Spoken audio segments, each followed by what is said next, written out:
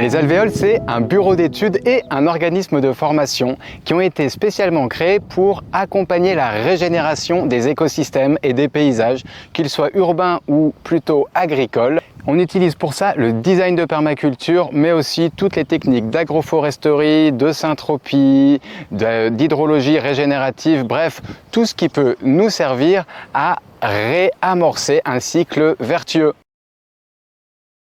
Alors le paysage régénératif, c'est un paysage qui pour moi permet de participer à un cycle vertueux, qui permet de soigner les écosystèmes, qui permet de prendre soin du vivant en restaurant des cycles vertueux, que ce soit le cycle de l'eau, le cycle du carbone, le cycle du phosphore. C'est un paysage qui permet de réenclencher, de recréer de la fertilité au niveau du sol, de tempérer les climats ou les microclimats. Bref, c'est un paysage qui va jouer un rôle de soin au niveau du territoire, au niveau de ses habitants, au niveau de toutes ces formes de vie, qu'elles soient humaines ou non humaines. La ferme des Amanins prend soin du sol et de son écosystème depuis des années. Il y a un travail formidable qui a été fait, initié par Pierre Rabhi, autour de l'agroécologie. Pourtant, il y a encore plein de choses à faire. La ferme des Amanins est, comme beaucoup de fermes aujourd'hui, confrontée à des défis majeurs, notamment des défis de changement climatique, mais aussi des défis sociaux, économiques. Les paysages régénératifs et le design qu'on est en train de mettre en place ici va permettre de participer à la robustesse de la ferme. Ça va permettre d'aggrader, d'améliorer les qualités de vie sur cette ferme, les qualités de travail. Grâce au paysage régénératif, on va créer des microclimats, garder plus de fraîcheur. On va regarder où est-ce qu'on peut remettre des arbres pour mettre une couche d'agroforesterie sur tous ces systèmes, sur les pâturages, sur les prairies.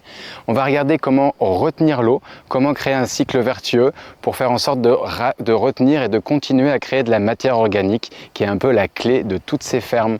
On va intégrer ça dans le territoire, on va intégrer ça aussi dans l'écosystème humain qui habite et travaille aux Amanins. Bref, on va faire un design. On va faire en sorte que le rêve du terrain puisse rejoindre le rêve des porteurs de projets, de tous les gens qui habitent sur ce lieu.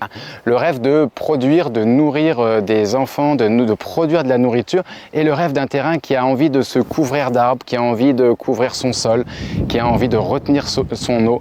Pour ça, on commence par observer et faire un diagnostic de l'existant, porter un regard critique, un regard extérieur, et on fait ce diagnostic, nous, de notre côté, mais aussi avec d'autres parties prenantes pour avoir un regard croisé. C'est un diagnostic participatif.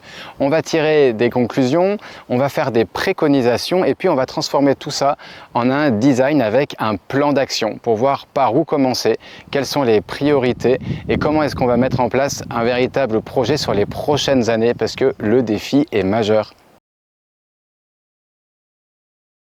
Les Amanins, c'est un projet qui nous a inspirés depuis le début. C'est un projet inspirant pour beaucoup de gens. C'est un projet qui a inspiré à l'échelle de toute la France. C'est un projet qui est nourrissant, nourricier pour le territoire.